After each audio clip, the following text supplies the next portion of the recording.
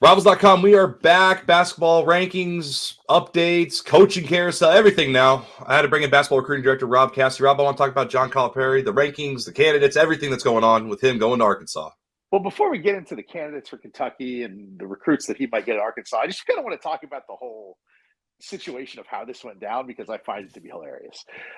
I don't know whether this is a good move or a bad move for anybody involved. That'll come to light in the future, I suppose. But the way that it happened, when I first saw it, it was reported by a TV news station. I thought, there's no way this is real. They messed up. It's a TV news station. Usually news of this magnitude is broken by print or somebody else. And then it ended up being true. And then the guy, God, man, it's real Italian spite here, Corey, because 2 weeks ago, it was like, will they or won't they fire him? And they basically wanted him to gravel for his job. Then he leaves on his own accord. And, that's fine and well or whatever. Some Kentucky fans were happy, some weren't. But when he shows up taking a walk down a busy street with his dog in a stroller, like 10 minutes after the thing leaked, you can't tell me that's not intentional. And the grin. It was it's high-level comedy. And this sport is at its best when it's funny and weird. And yesterday and the day before were both funny and weird. And it made me remember why I love college basketball so much. Absolutely. It kind of had like it's my world, you're just living in it appeal to it. You know what I mean? It was so understating. He didn't come out and fire some shot on Twitter. It wasn't like he was publicly dissing the university. But that was a choice to load your dog in a stroller and walk down a busy street with a grin on your face. That's not an accident. Take the dog for a walk in the backyard if you don't want to be seen. He knew what he was doing, and I love it. No, absolutely. I guess we just kind of jump right into candidates, if that works for you. Let's Yahoo Sports kind of tweeted out some yesterday. I want to run some through. I got like Dan Hurley, Nate Oates, Tommy Lloyd, Bruce Brule, Scott Drew, Billy Donovan, Brad Underwood, and Buzz Williams. A lot of big names. Obviously Dan Hurley's like the crazy one in my mind because he won the national championship yesterday. We're recording on a Tuesday, but I feel like I've heard quotes before saying they're going to throw the bag at him. That seems like a crazy, crazy. UConn's got that money too, and I don't know why after coming on back-to-back championships, unless you're really chasing life-changing money, Dan Hurley's going to be rich regardless. So I just don't.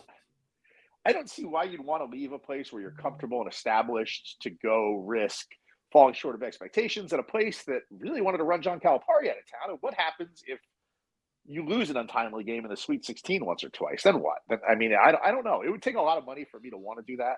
You mentioned Nate Oates. He's already come out on social media and said he's not interested. I think Scott Drew is a target probably.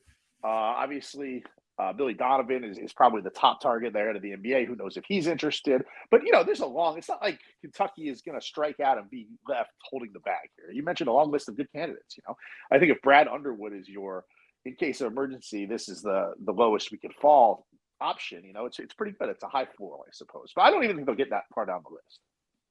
Actually, a name I liked was Buzz Williams. I was telling someone early, almost going into the tournament, I was like, I've seen a weird amount of Texas A&M games, and I like the way they play and like how the fans and how he kind of coaches. I was like, I think he's actually a sneaky good coach. I know he's been at Marquette and he's had some good jobs, but I was like, I like it. And sure enough, here he is on the list. I was like, don't say I don't know talent.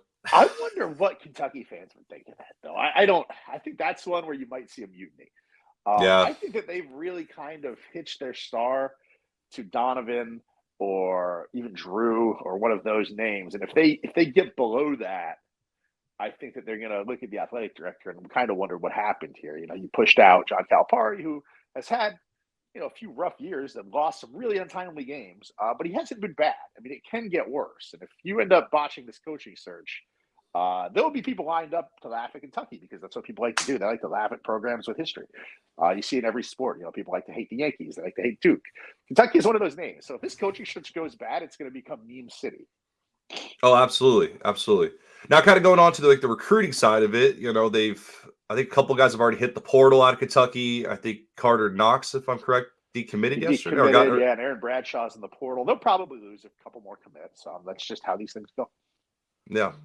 What do you think the timetable is like that Arkansas fans should expect the turnaround like for John? Like, is he going to get all those recruits in early? They're going to should they expect a good quick year right Well, away, they got to get this thing announced. Like, I mean, and they can't. That's I true. understand why. There's a lot of like red tape here because Calipari's got to formally resign from Kentucky, and he hasn't done that yet. I think the contracts still need to be signed. And as we're recording this, the Board of Regents in Arkansas needs to figure that out with the university president. There's a lot of like red tape that needs to be cut, but it's fine because it's a dead period. Coaches can't hit the road this weekend. They can hit the road next weekend. I fully expect John Calipari to be out recruiting for Arkansas next weekend and kind of picking up where he left off with some of these guys. Arkansas needs to take a hard look at some of these 5-stars that he's already brought in for visits in Lexington. Malik Thomas is a 5-star out of my neck of the woods here in Pittsburgh who's been on campus there. He is, he's been really involved with Darius Akoff, who's a 5-star scoring guard out of Michigan that kind of looked like a Kentucky versus Michigan battle for a while, but now this is kind of a wrench has kind of been thrown into it. You can see Arkansas probably getting in there. I think there are a lot of guys like that suddenly Arkansas fans are going to look down at rivals and be like, oh, we're involved with 5-stars. He's armed with some name, image, and likeness money too. And when you give Calipari a budget like that with his connections, there's a chance that they can quickly be involved with a lot of top-end guys in 2025. And not to mention some of the 2024 guys that he may bring over, including Carter Knox, who already decommitted from Kentucky. Yeah, there's a lot to be happening right now going on in Arkansas, Kentucky, everything. But that's basketball recruiting director Rob Cassidy. I'm Corey Gibson. Go to Rivals.com to follow all basketball news, rankings, updates, and much, much more. Thanks, Rob. Thanks, Corey. Appreciate it.